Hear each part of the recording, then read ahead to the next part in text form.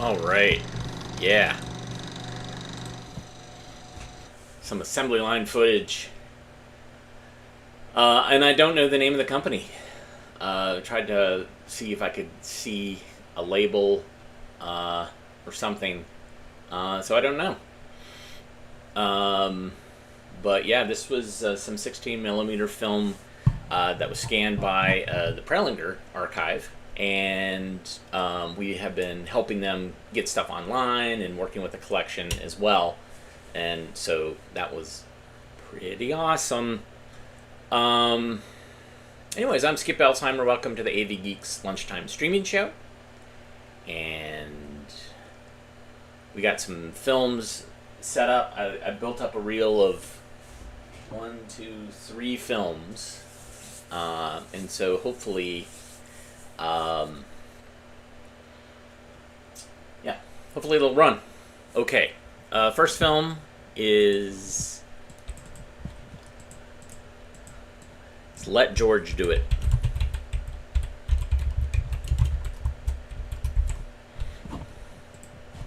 So let George do it. Enjoy.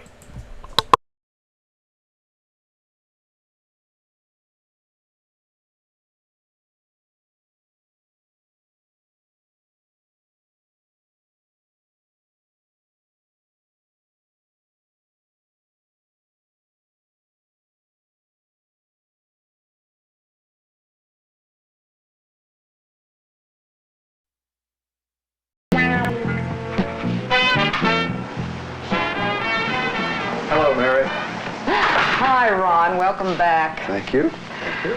I might have known you would pick today to get back to work. How come? The weather. It suddenly turned cool, balmy, and beautiful. Okay. Been a little hot here? Terrible. And sticky. Come on. Go ahead, make me miserable. How was Acapulco? Sunshine, great surf, wonderful food, and cool nights. You know, I didn't even get sick. And how do you like my tan? It looks terrible. Acapulco, isn't that where those kids dive off the cliff into the sea? Yeah, and that's one thing I didn't like. Why not? Well, you know how dangerous that is? Once a safety director, always a safety director. Yeah, you're right. But you know, seriously, every time I saw those divers, I thought about you and this place and the people on the planet. So, tell me, what's been going on here? Well, let's see. Inspection schedule was kept. Supervisors turned in reports of safety contacts. Okay. Oh, purchasing wants to see you before they sign the contract on that new drying oven. Okay, I'll call them today. And about the usual number of first aid cases, nothing big. That's all? Most of it can wait, but there were 3 accidents I wanted to talk to you about. Not serious ones, just different. They all seem to have something in common. Do you think we might have a little epidemic starting? Well, at least if there's a pattern in them, maybe we can stop it by training people to recognize the symptoms. Okay, I might as well get right back into harness. Tell me about it. Now, this first one involved 2 electricians. You know Al Sorrentino? Sure. Well, he and his partner, Dick McCann, were running a new conduit down aisle J. They got to the corner of aisle 5. Dick was supposed to place the warning cones and stand guard while Al locked the wheels on the rolling scaffold and climbed up. What happened was that while Joe was locking the wheels, Dick went to get the cones, and somebody in the machine shop called to Dick, and he walked over to talk to the guy. Meanwhile, Al got the wheels locked and had just gotten started up the ladder when a forklift came down the intersecting aisle. Now, that's aisle 5. The driver couldn't see the scaffolding. At the corner, he made a tight turn and saw the scaffolding and tried to swerve out, but he struck one leg of it. And poor old Al took a fall. That he did.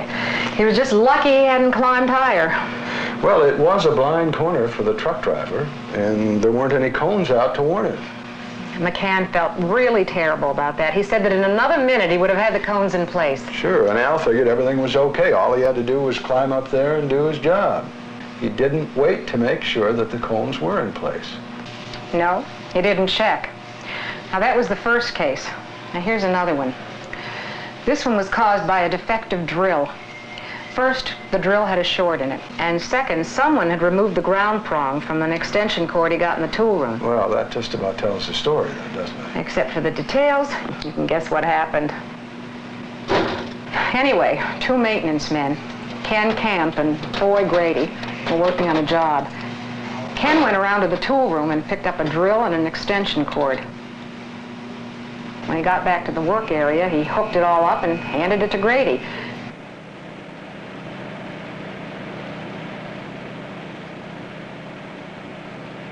How seriously was he hurt? He got a hell of a jolt. Luckily, he wasn't frozen, so he let go of the trigger, and he didn't fall off the ladder. Well, it was sure lousy equipment maintenance. Somebody in the tool room should have checked out that drill. Of course. And Camp should never have accepted a cord that was missing the ground prong. Well, why did he? Oh, he said he just didn't look at the plug. Said that he figured that whatever would come out of the tool room would be okay. His supervisor didn't think much of that excuse. Really chewed him out. Oh, sure, he was wrong. And whoever should have done the checking in the tool room was wrong. But you know, the one who really interests me in that case is Foy Grady. Why? He was sort of mousetrapped, wasn't he? Ah, but he shouldn't have been. I'm beginning to think that what we've got here are two examples of the let George do it syndrome. The what? The let George do it syndrome. I'll explain it to you later, but first, you said there was a third accident, didn't you? Yes. Here we are. The injured man was Carl Schultz, the drill press operator. The setup man had completed his setup and Schultz had started work, and he'd finished 2 out of the 4 drilling operations. Everything was all right, and then he started on the 3rd drill. The backup bar wasn't tight. Schultz placed the fixture he was working with against the bar and started the drill. Under pressure, the bar gave, and the fixture began to spin. Schultz caught a corner that really sliced up his finger good. So, the setup man didn't tighten the bar enough, and Schultz didn't check. Right. He just assumed that... Of course. I see what you mean. Let George do what you said. But we all have to let George do it, don't we? I mean, nobody can do all the jobs himself. Oh, sure, we have to divide up the work. This is a very specialized world, but still it's easy to get used to having George do it. That's the other side of specialization. It's easy after a while to assume that George has done it, even when your physical safety and sometimes your life are at stake. Look, Ron, you know me. I've been sitting here thinking. So what do we do about it? I mean, suppose we use these cases in the next training program. What do we say about them? What do we do about George? Good question. I think first we talk to Schultz and Grady and Al Sorrentino, but they've probably already learned their lesson. What we've got to worry about are all the people who could get hurt if they do the same thing and take George too much for granted. We've got to get across to them. Protect yourselves. Check the wheel chocks on the truck. Check the lockout on the machine. Check behind the vehicle before you back up. Don't count on someone else. Be responsible for your own safety. Don't take anything for granted. Sure, we can do that. But what about George? Do we talk to him too? You bet we do. Oh, I know you don't have to talk to George after he's goofed and somebody got hurt, or at least you don't have to talk much. I'll bet Dick McCann did feel lousy when Al got hurt because he hadn't put out those safety cones. No, the trick is to talk to George before he goofs. How do we do that? Nobody ever messes up on purpose. Well, that's exactly right. The point is that George is everywhere. He could be anybody. Like all of us, he does his job right most of the time, but occasionally he slips up and there's trouble. I remember something that happened to me 10 years ago when I was a department supervisor. There were acid tanks in my section, so of course we had emergency showers. Well, one of the valves on a shower began to leak, and I reported it. They sent a maintenance man over to fix it. He turned off the water, hung up a sign saying, "Out of order," and then he went to work. When he finished the job, he took down the sign, came over to me, and said the shower was fixed. I thanked him and signed his work order. Naturally, it was my business to check the shower. I knew that, and I was thinking about it. But just then, somebody came up and said I was needed right away. So I went off and did whatever it was I was wanted for. The shower was still turned off. But When I got back, I didn't remember to check. I suppose I assumed that everything was all right. So what happened? Well, it was one of those times when you don't get away with making a mistake. A few days later, one of the men was splashed with acid and ran over to the shower. Nothing happened. No water. Wow. I get your point. So you assumed that the maintenance man had done his job and old George hadn't done it? Oh, it was worse than that. That poor fellow who got burned and stepped under a dry shower, I was the one who hadn't done my job. I was George. Mary, your 3 accidents are all related, and the pattern is likely to show up again. It cuts 2 ways. When you're responsible for the safety of others, and we all are sometimes, don't be George, the sort of George who didn't do it. And where it's a matter of your personal safety, don't rely on George. Always check. I hope we can get those 2 ideas across. But it won't be easy. Oh, I know, but we gotta try. There are easier ways to learn than by getting hurt or by hurting others.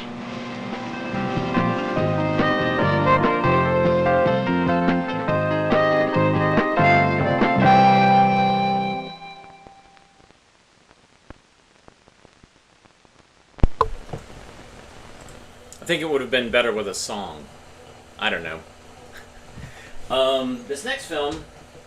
Oh, crap. I can't remember. I don't have the can with me. I think it's something about kids accepting no or dues. I mean, it's a weird title. So, let's see what it is. Enjoy.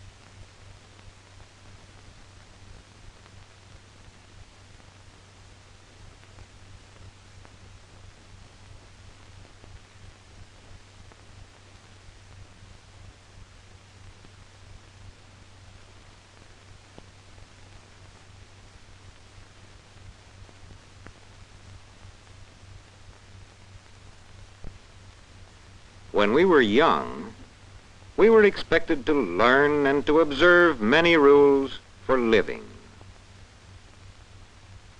Some of these rules, such as walking around puddles, were intended for our protection and well-being. At every step, we had to comply. Whatever we wanted to do had to be done in the way our parents thought proper. We had to learn to be polite. Shaking hands with grown-ups seemed senseless, but since it was considered important by parents, we had to conform, at least outwardly. Furthermore, we were expected to comply with conventional ways of doing things, to eat with clean hands, and to observe table manners. We didn't like all those rules, and we often rebelled against the dues. With such feelings, we gradually learned to conform to parental requirements. The way we accepted the dues, along with these feelings, helped shape our emerging personality. Some of the earliest dues are concerned with personal living.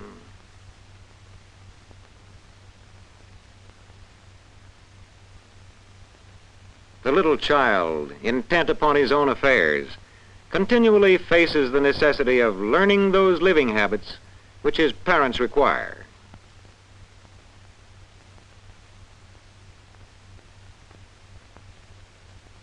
For example, this little boy wants to go on playing with blocks, but Mother insists he must first pull up his pants.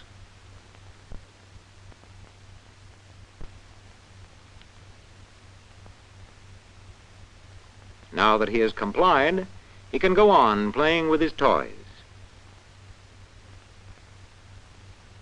Soon he is tired of these blocks. He notices his crayons.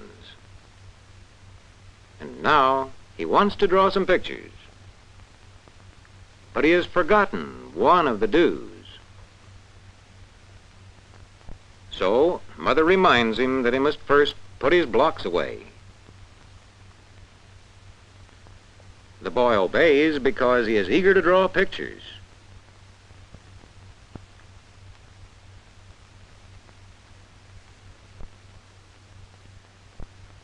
An understanding mother is concerned with more than obedience to her authority. She realizes that it is important to help the child accept the do's and learn to perform them by himself. This develops self-discipline. He would like to go on drawing. However, Mother tells him that it is time to go to bed. This is another of the do's designed to help him form orderly living habits. With his pajamas on, he is ready for bed.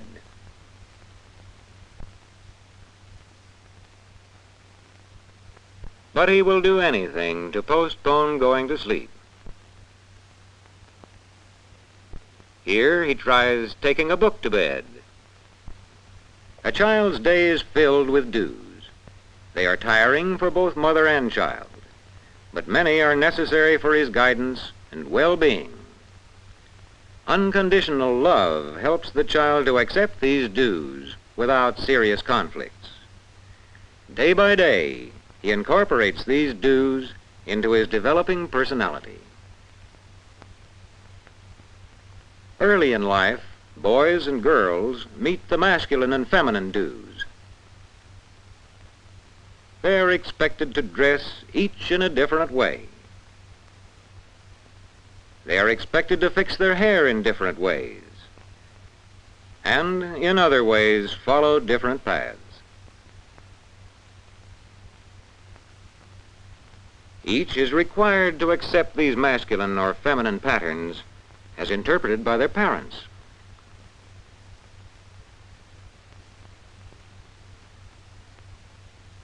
Little girls usually enjoy playing with dolls.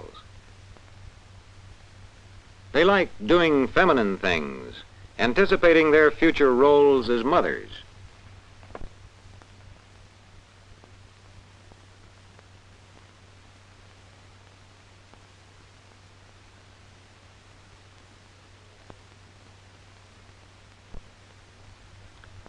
Occasionally, girls find that they are not supposed to do some of the things boys do.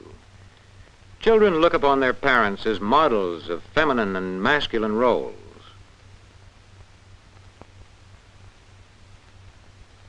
Most boys like masculine activities, but naturally, some take to them more easily than others.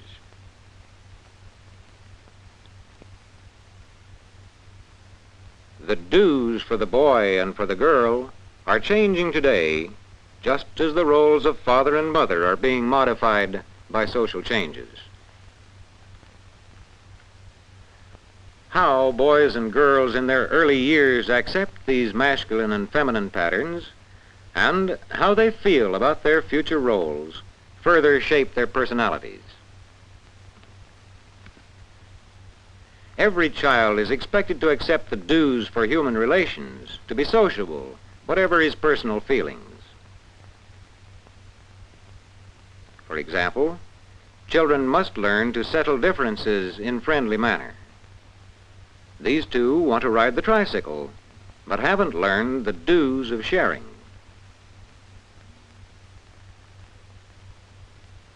Now they're going to take turns.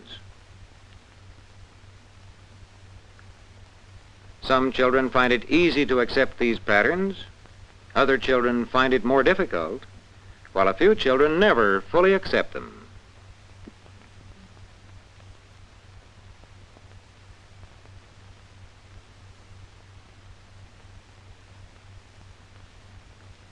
Living together also means learning to do what others want. The child who wants to be treated generously, even fairly, gradually realizes that he must treat others fairly.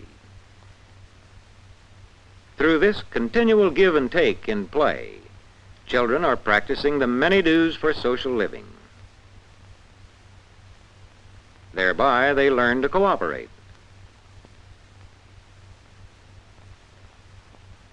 Gradually, they also learn to do their share with others on group activities. Each child is trying hard to win acceptance as a member of the group, learning to do his part and to recognize the contribution of others. Through playing and similar experiences, the child begins to understand what it means to be a member of a social group.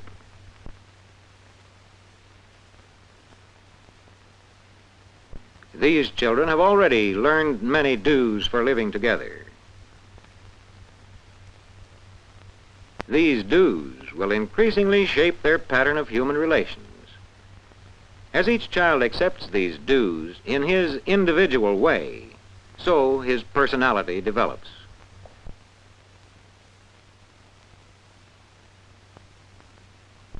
And now, let's summarize.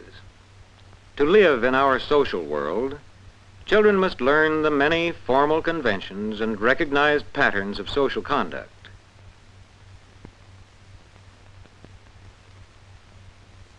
Through play and make-believe, children reveal their own version of the do's and what these do's mean to them.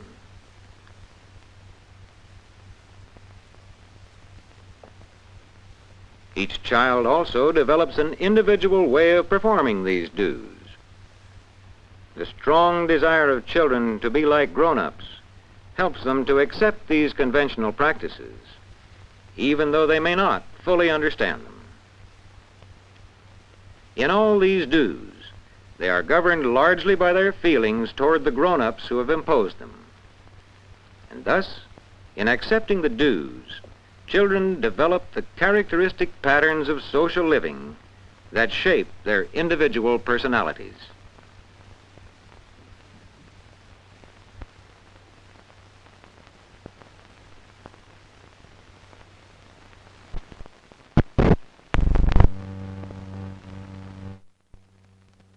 All right. Well, so some of that's outdated, but it's fascinating to see.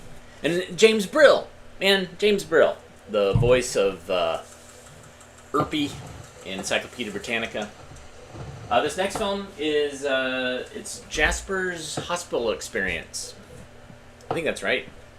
Enjoy.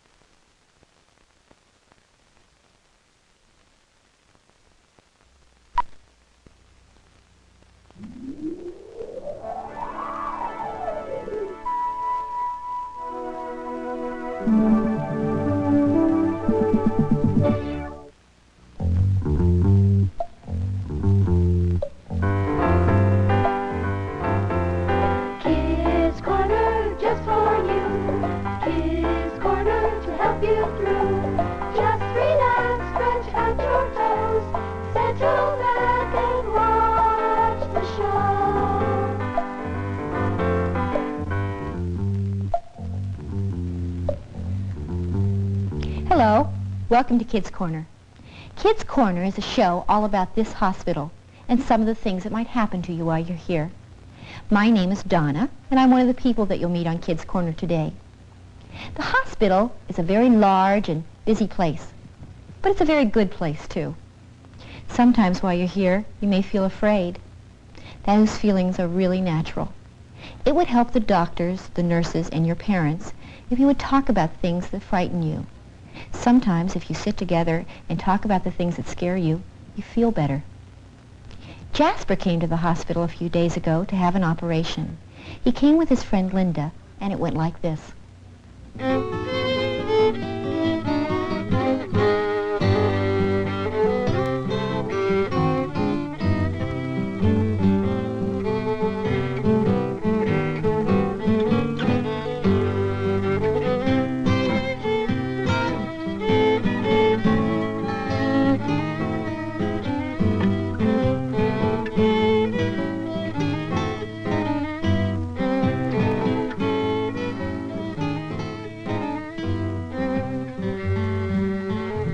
Stop. Wait. What is it, Jasper? Linda, I've changed my mind. I don't want to have my tonsils taken out. But Jasper, you've had so many sore throats. The doctor feels you need this operation. I don't want to. I'm really afraid. Can you tell me about it? Well, I'm scared because this place is so big and there are so many people. I'm afraid that things might happen to me here. Jasper, I understand that you're afraid, and that's nothing to be ashamed of. The hospital is very big, and it is busy. Good. Then I'll get my suitcase and my teddy bear and let's go home. Jasper, I said I understand why you're afraid, but I also know that the doctor and nurses are expecting you today. If we go now, Linda, they'll never miss us. Oh, yes, they will, Jasper. The nurses are waiting upstairs on a special floor just for children. Have they ever taken anybody's tonsils out before? Oh, Jasper, many times. Do they take care of many monsters? Well, maybe not monsters, but they know all about children. Well, what would happen to me now if I should decide to stay? Well, when I had my tonsils out, it was sort of like this. You go upstairs, and the nurse will probably ask you lots of questions while she weighs and measures you. She'll listen to your heart, and then she'll write all of this information down in your chart. I see. Maybe I'll stay then. Okay, I'll let you push the buttons on the elevator. Will I get to ride in a wheelchair sometime? Sure you will, Jasper. Okay, then let's go on up to my room. Let's go. This is a nice room.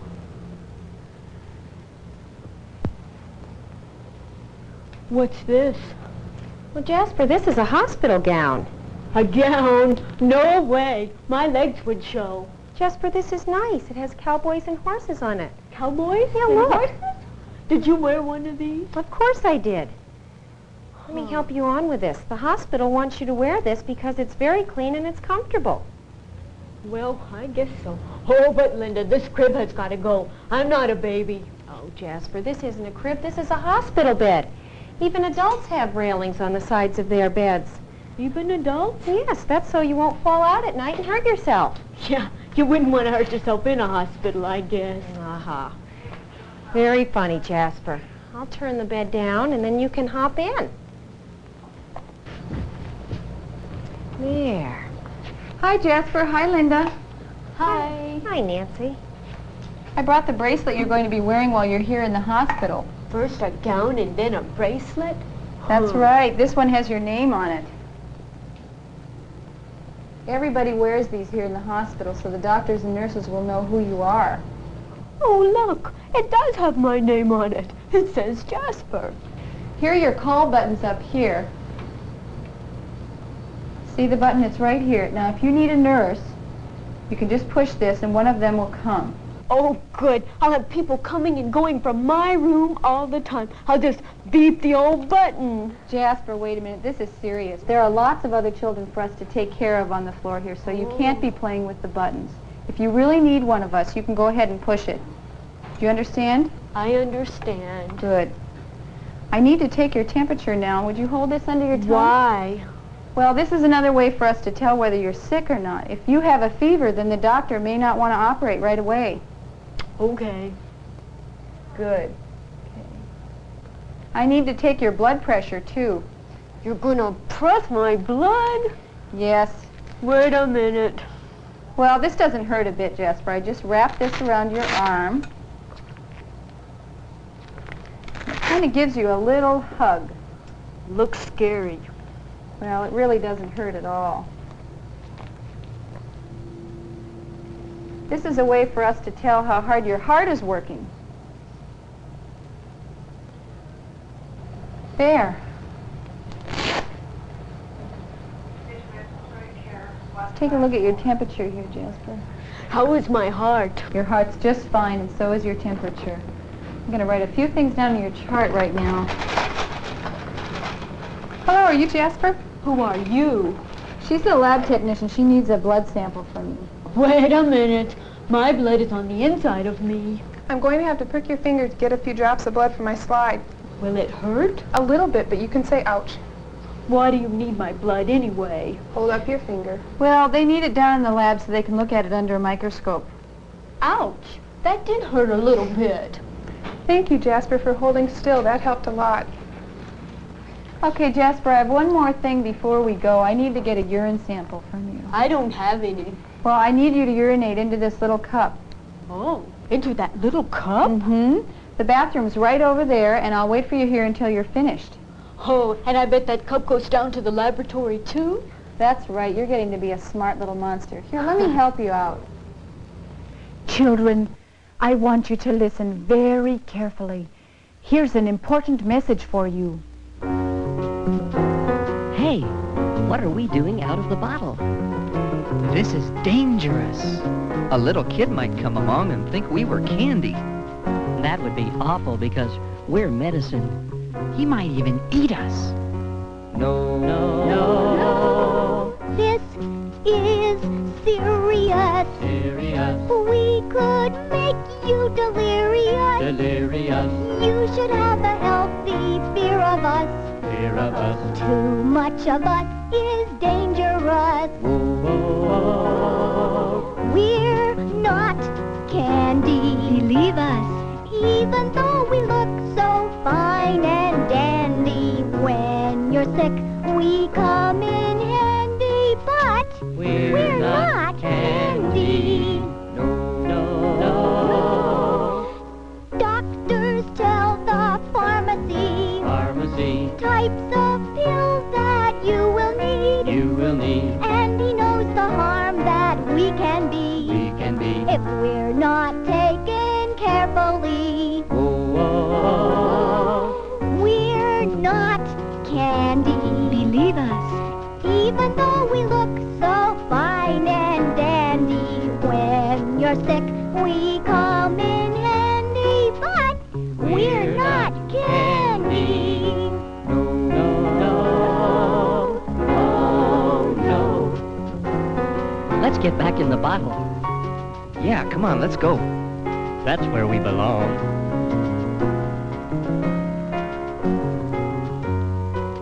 That's better.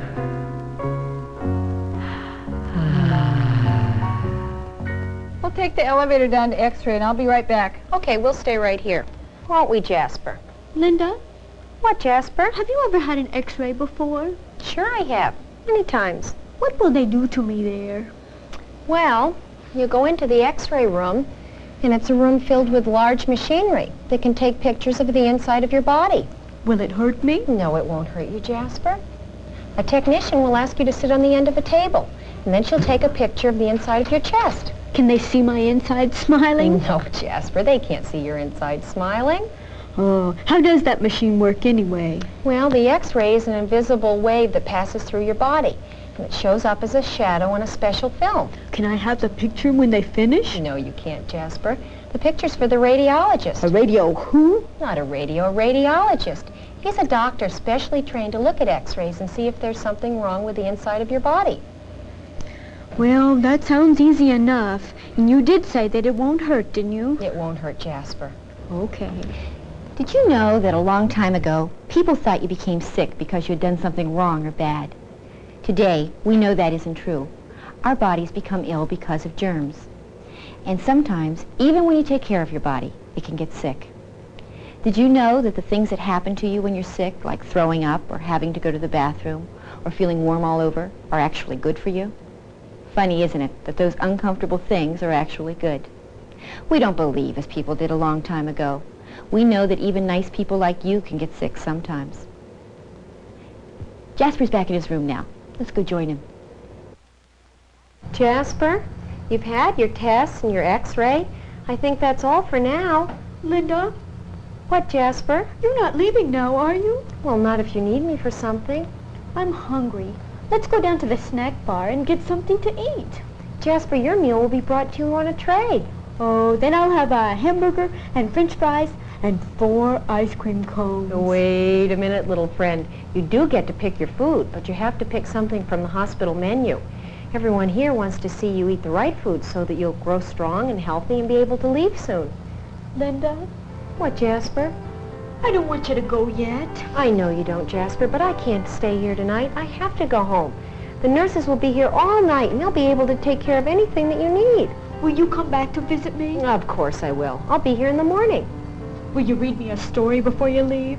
Sure. I even brought your favorite books. Oh, good.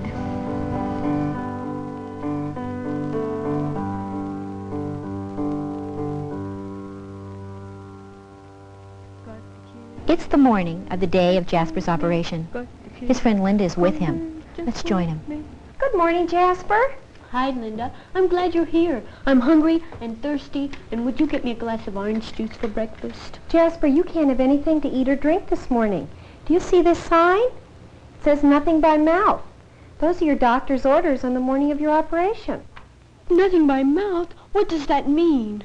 Nothing by mouth means that you can't eat or drink anything because it might upset your stomach before or after the operation. Yeah, I sure don't want to get sick. I already have this funny feeling in my stomach. What kind of a funny feeling, Jasper?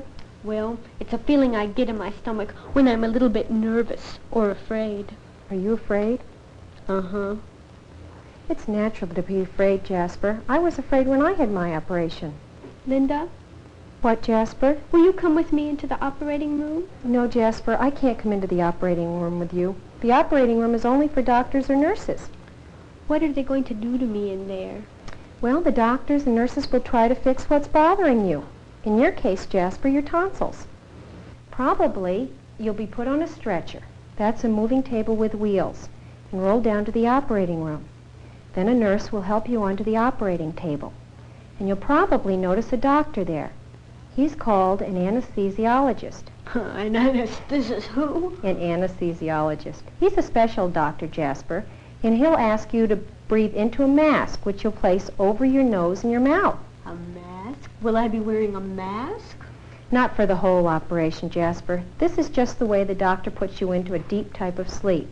Oh, I'm glad you told me about the mask. I might have been afraid. Oh, and I hope I don't snore. That would be embarrassing. This isn't the same type of sleep you do at night, Jasper. This is a much deeper type of sleep, so that you won't feel anything during your operation, and you won't wake up until it's all over. I'm afraid. It is scary. I felt afraid, too. You did? But you're a grown-up. Even grown-ups feel afraid sometimes. Wow. Good morning, Jasper. Good morning. Is it time to go downstairs? Not just yet. The orderly will be up in a few minutes with the stretcher. Oh, don't bother about that old stretcher. I can walk. You're going to feel too sleepy to walk down to surgery. I'm not sleepy. I just woke up. Well, I'm going to give you a shot that'll make you feel very relaxed and sleepy, so I want you to hold real still. A shot? Mm-hmm. It'll sting for just a few seconds. Ow! Ooh! There. That did hurt a little bit.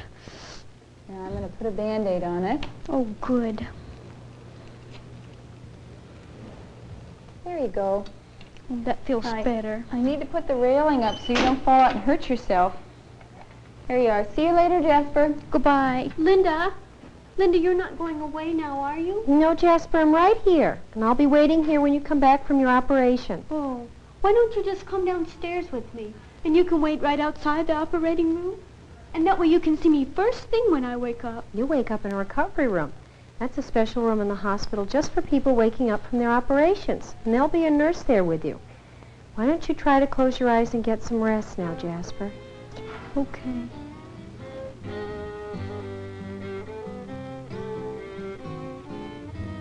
Did you hear Jasper say ouch when he got that shot? That's because it hurt. It would help the doctor or nurse if you would relax your arm, hold still, and say ouch when the shot's over.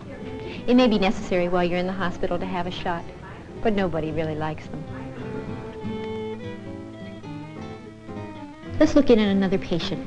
Jennifer's been in the hospital for a number of days now. Jennifer's just sick of being sick.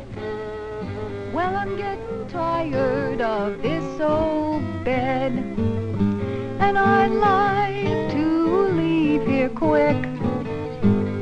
Oh, I hate these crazy stomach pains. Oh man, I'm sick of being sick. Did you hear me? I'm sick of being sick.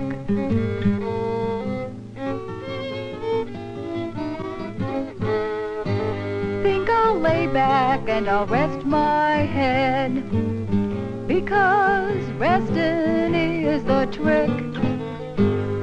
I'll take the syrup and I'll take those pills, because I'm sick of being sick, and they will cure me. I'm so sick of being sick, but it won't be long now, and I won't be sick, not anymore. Jasper's surgery is over, and he's in the recovery room now.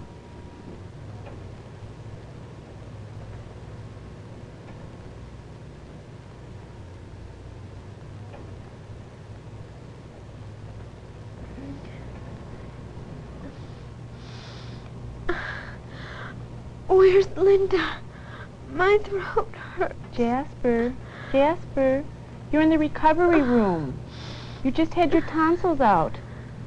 Where's Linda? You're just waking up from the operation, honey. You'll see Linda real soon. Just try not to talk. I want Linda. Just try not to talk, and your throat won't hurt so much, honey.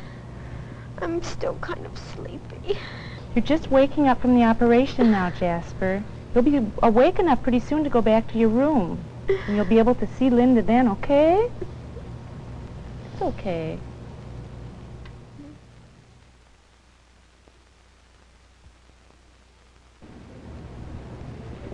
How are you feeling? I'm feeling better, but my throat still hurts. I'm sure your throat hurts, but the doctor said you're doing just fine and you'll be able to go home. I will?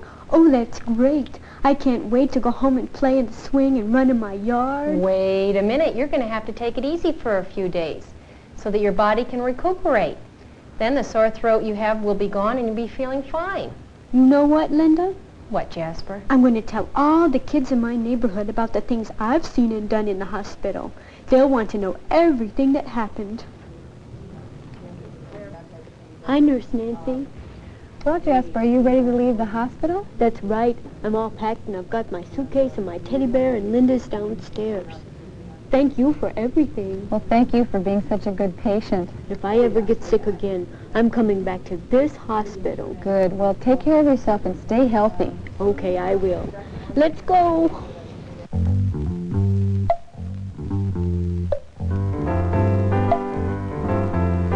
When you're not yourself, my friend, and you're not so well, when you're feeling sick, my friend, you come to the hospital. People here are all your friends to help when you're afraid. You can be our helper too by doing what we say. Kids Corner's just for you. Kids Corner to help you through. Just relax, stretch out your toes, settle back and watch the show.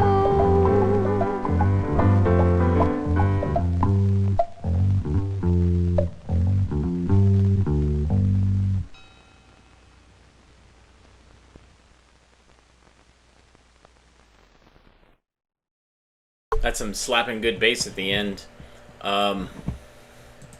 Yeah. There's a good toe tapper in there too. We're not candy. Well, let me counter that with a film about candy. Enjoy.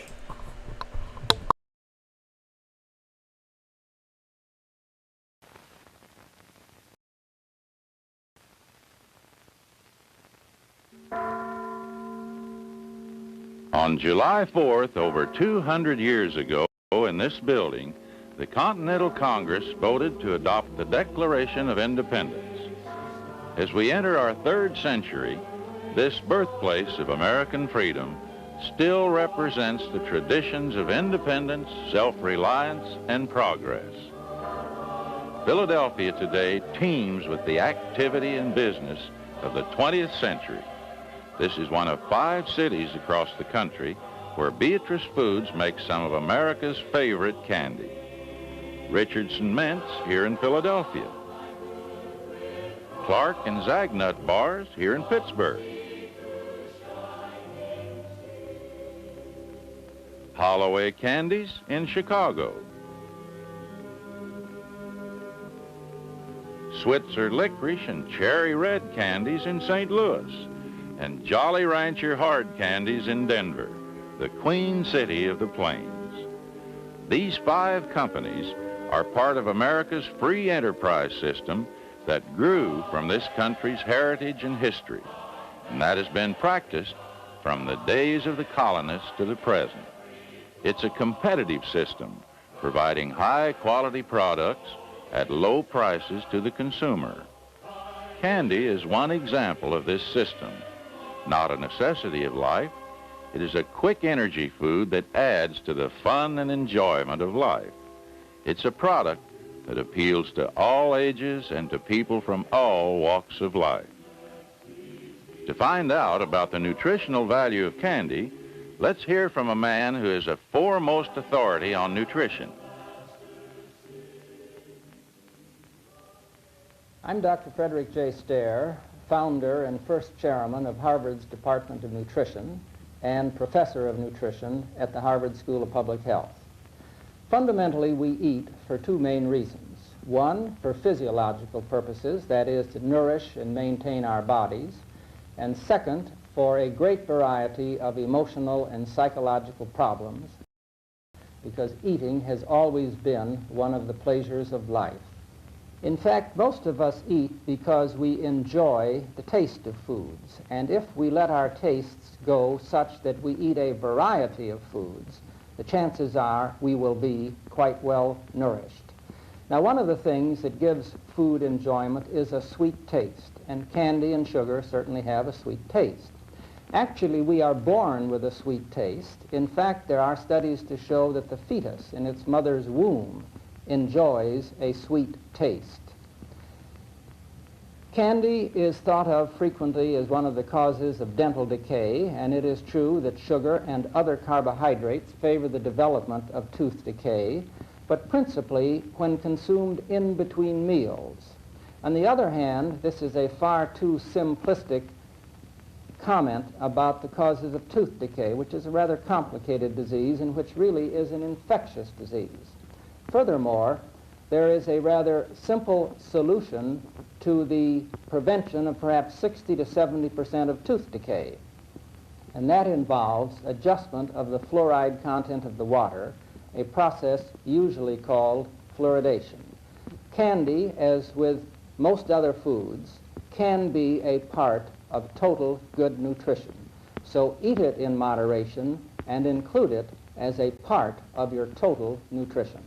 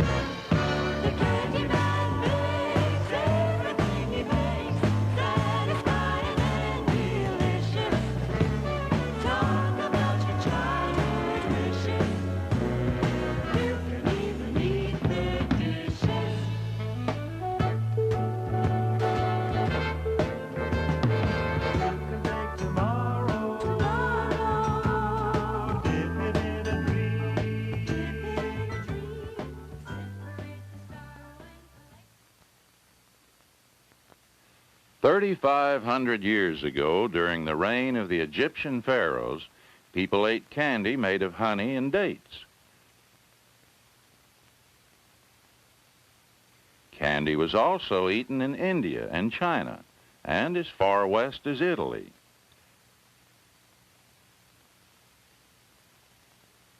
When Mount Vesuvius erupted in 79 AD, it destroyed the town of Pompeii. Centuries later, it was excavated, and an ancient candy shop was found, preserved by the ash. Even thousands of years ago, the quality of candy depended on what it was made from, and that is just as true today. Making good candy starts with good ingredients. Many are produced in this country: sugar from beets and sugarcane, corn syrup from corn, peanuts, almonds, cashews, and dairy products. Other raw materials come from overseas and arrive by ship along Philadelphia's waterways. There they are unloaded and transported to the Richardson storage facilities until needed to make mints.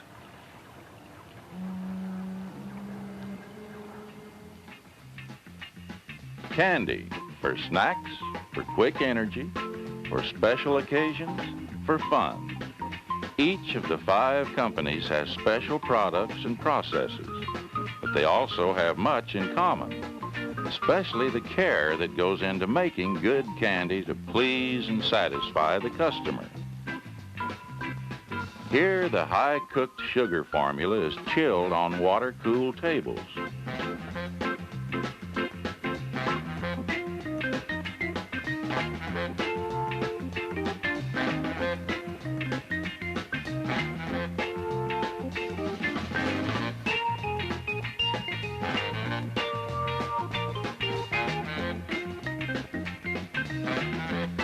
Later, it's moved to a giant pulling machine that aerates the ingredients.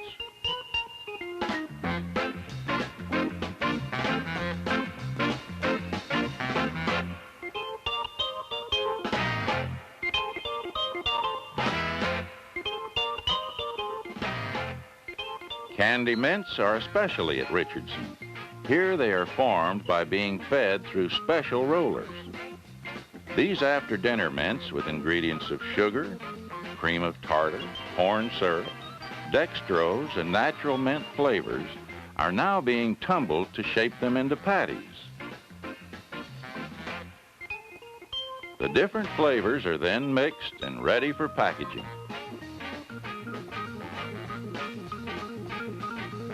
This packaging machine automatically measures the right amount of candy, seals it into double-walled cellophane, and then cuts the bags apart.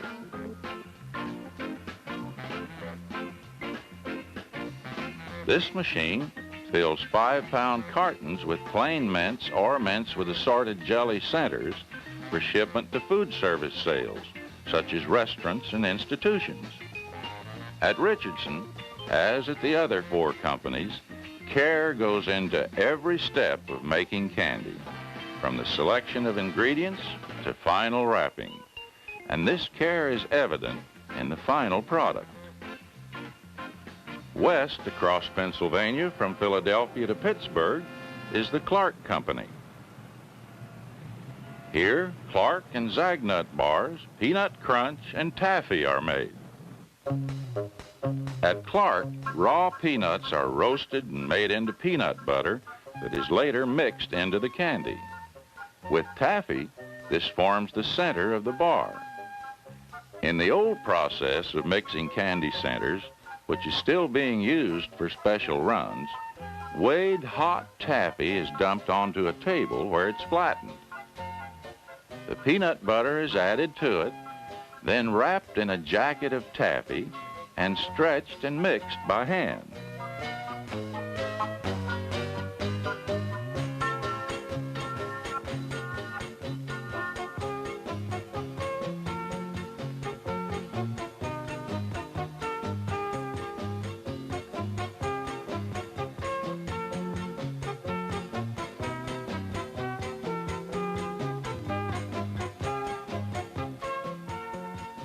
In the new system, the peanut butter is added mechanically, and a large machine flattens and mixes the candy into a large roll.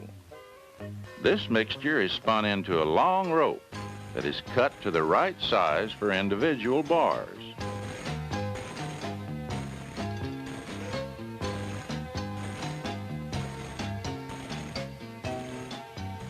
The bars are then moved by conveyor for final coating. The bars will be covered with this confectioner's coating made from cocoa beans.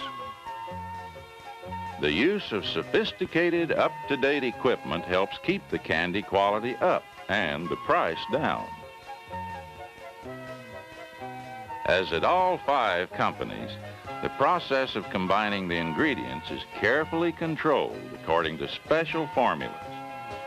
Grandma may have had secret candy recipes too, but she never dreamed of operating on this scale. Here, crispy coconut is being sprinkled onto the finished Zagnut bars.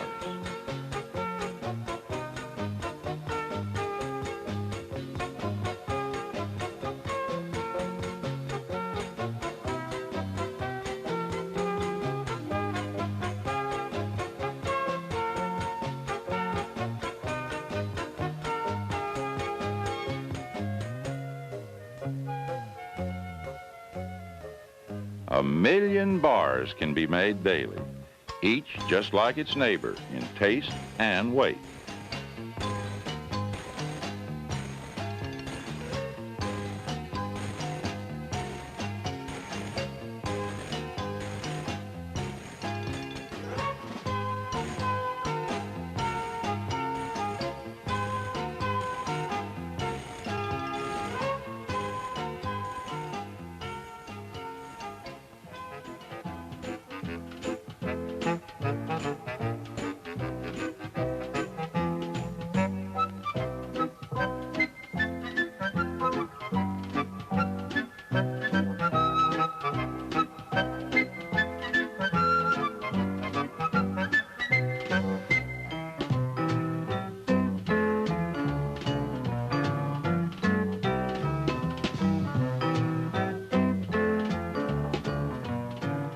Here, the blackjack taffy is cut and wrapped by special high-speed machines.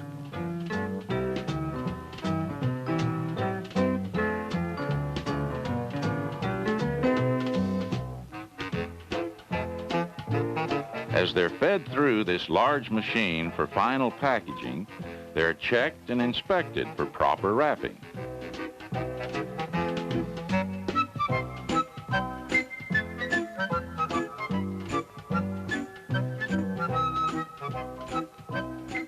A large modern cafeteria is also a feature of the Clark Company, providing a comfortable place to relax during break and lunch periods.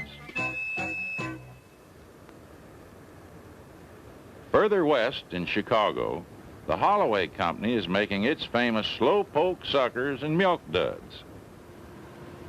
Here, too, ingenious, time-saving machinery ensures speed and quality.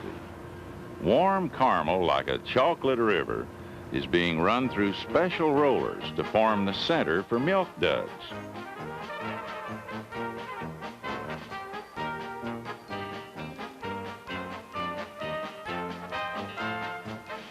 Caramel centers are sprayed with a candy coating to give them added flavor and to protect them for freshness.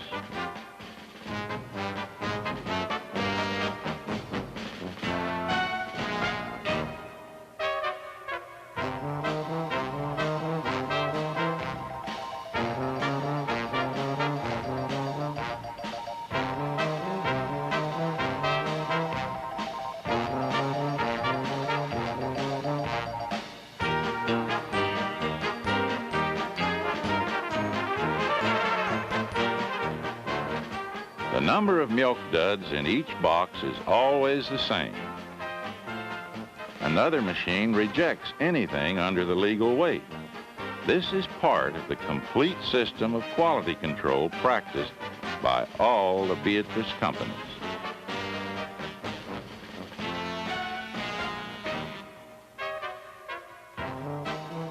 The high standards for the candy are maintained by a number of tests. State, federal, and independent inspectors periodically examine the raw ingredients. They also check the candy as it's being made and the finished product to make sure it meets government standards. The companies themselves run daily tests on the candy and also send samples to the Central Beatrice Lab for analysis. At Holloway's lab, as well as the other companies' labs, chemical tests, visual tests, and machine tests are made to check for taste, weight, appearance, and to make sure there are no impurities. The goal is to produce a clean, nutritious product. The sanitary conditions at the companies are carefully maintained. The employees, the equipment, and the plant itself are kept hygienically clean and regulated. All these controls assure full and fair value to the customer.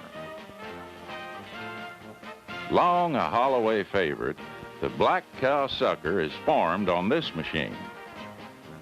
Paper sucker sticks are being automatically fed and pressed into the caramel to form the sucker.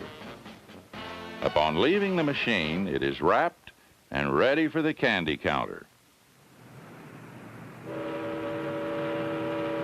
Along the shores of the rolling Mississippi River, we come to the gateway to the west at St. Louis, Missouri. The Switzer Candy Company makes licorice. Its storage facilities for the mixing ingredients is one of the most modern and up-to-date of any candy company. Switzer is a progressive, competitive company that uses the latest technology to help perfect its product. This electronic board was designed by Switzer to direct the movement of the ingredients to the mixing tanks and to make sure they're combined at the proper temperature and consistency.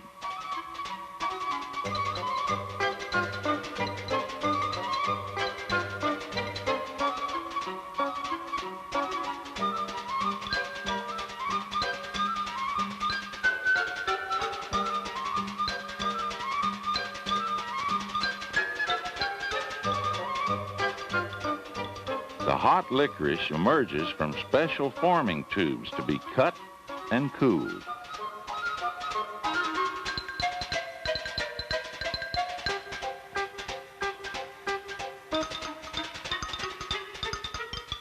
After cooling, the cherry red and black bite pieces are separated and conveyed to special packaging machines.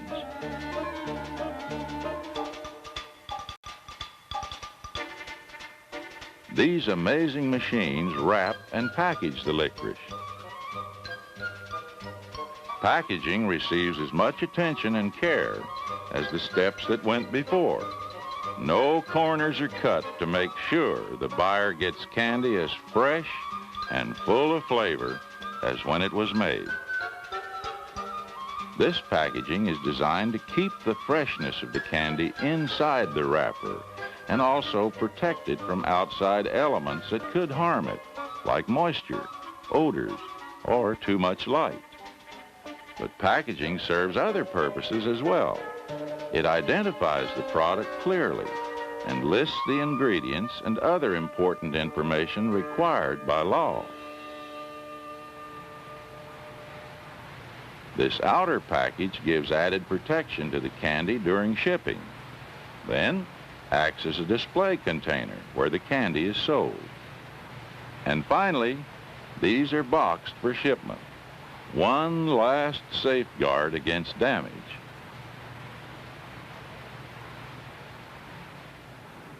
Located on the outskirts of Denver in Wheat Ridge, Colorado, and nestled at the foothills of the Rocky Mountains, is the home of Jolly Rancher candies.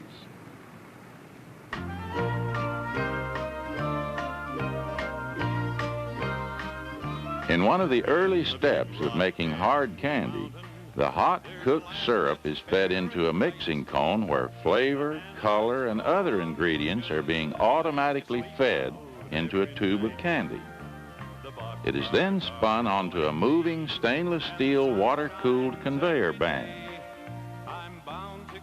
As the ingredients cool, it forms a thick sheet of colorful candy that is slowly beginning to harden.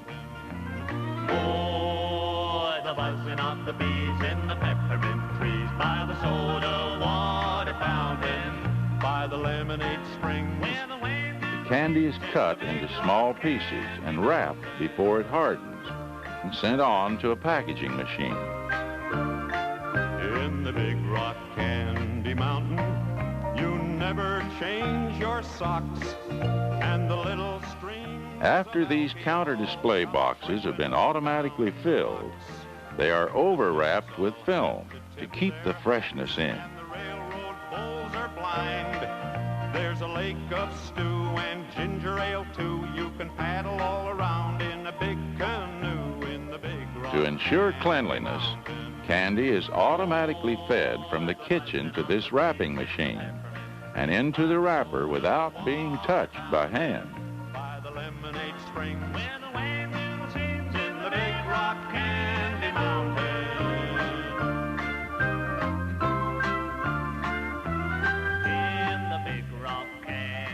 In the packaging of fire sticks, boxes are moved on a bed of forced air in between these metal guide slides. Electric eye switches send the boxes to the correct station for filling. Every day, oh, we're bound to go where there ain't no snow, where the sleet don't fall and the wind don't blow, in the Big Rock Candy Mountain. Oh, the buzzing of the bees in the peppermint trees, by the soda water fountain, by the lemonade springs, where the wang-doodle sings, in the Big Rock Candy Mountain.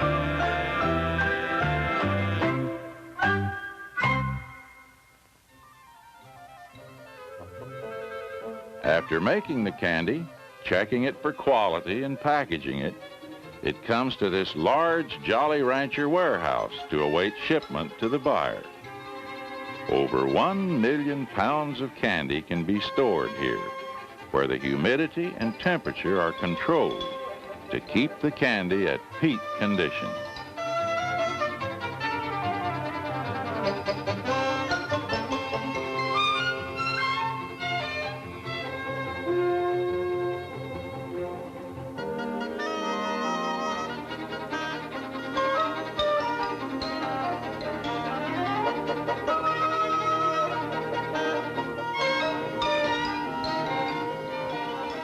In the Jolly Rancher offices, orders are received from around the country. With the help of computers, the sales and distribution of the candy is simplified.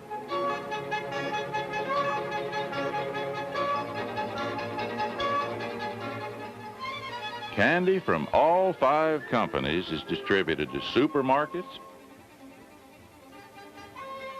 convenience stores, independent operators, and just plain candy stores all around our country, providing the public with high-quality, low-cost food enjoyment.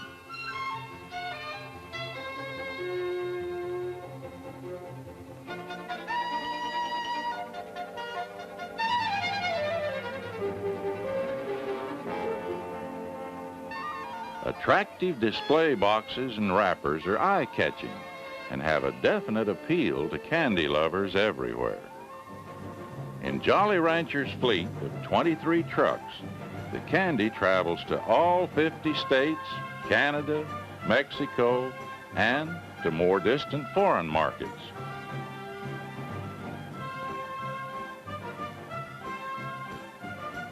All 5 companies are aware of the need to help conserve energy and fuel, and the drivers of these trucks receive special training to help them get better mileage on the road as they deliver the candy to the consumer.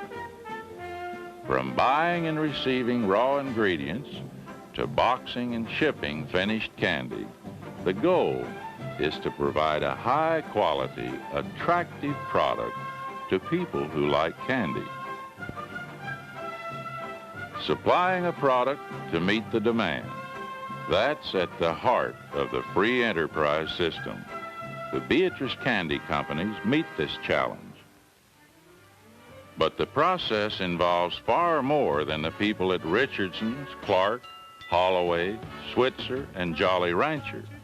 There are also the farmers who grow the beets, corn, and other raw materials, the suppliers of domestic ingredients, and the importers of foreign ones. There are the producers of packaging materials, the merchants, and the sales representatives who cover the nation. All are part of a complex, competitive system bringing fine products fairly priced to the consumer. Candy is a refreshing, quick energy food for young people and adults.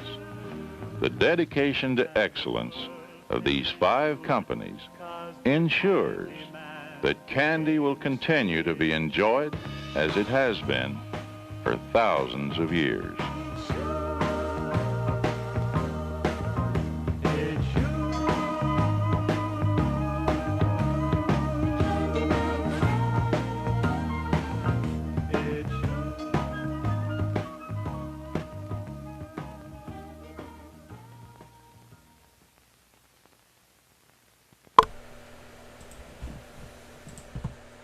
So I'm trying to figure out who they would show that to. I'm guessing maybe shareholders. Because there's I don't know. It could be shown at factories, like as part of the beginning of a factory tour. The insert at the beginning of the nutritionist talking about, like, you know, talking about good health eating was hilarious. But then the thing, like, towards the end about the energy conservation and efficiency, I don't know. It's kind of interesting. I certainly have films made by Hershey. I have 2 different Hershey films, at least. I mean, there's more that I haven't watched yet. Great American Chocolate Factory and Great American Chocolate Story. One is kind of a remake of the other. But this was the first one. And then, you know, Beatrice, like, for so many of us young kids, that was the first time we really thought about giant conglomerations of, you know, we're Beatrice. You know, like, and just basically saying, we own this, we own this, we own this, we own this. We're Beatrice. And, you know, that is in our heads. Wow. Great. Thanks for tuning in today, everybody. I hope you enjoyed the show. Had some talking about candy. But then also some other, like, crazy stuff. That Jasper with the ventriloquist. Always fun. Some good songs in there. Kevin, thank you for donating via the Super Thanks button. That's one way you can support us. You can also support us via Venmo. You can support us patreon.com/abgeeks, ko-fi.com/abgeeks, or just hit the thumbs up button, the like button. Those are great ways to support us, to say that yes, we should, when the great algorithms come through and line us up against a wall, they will look to see how many thumbs up I received in determining whether or not I should survive. And so those thumbs up will count for something. I wish there was a way I could thumbs up you, so you can survive the grand apocalypse. But at least we'll have delicious candy. Sorry, I don't know why I went dark, but there you go. Have a great weekend, and we will see you soon. See you on Monday, when supposedly I'm supposed to get 300 more films. Hooray! All right, everybody, take care.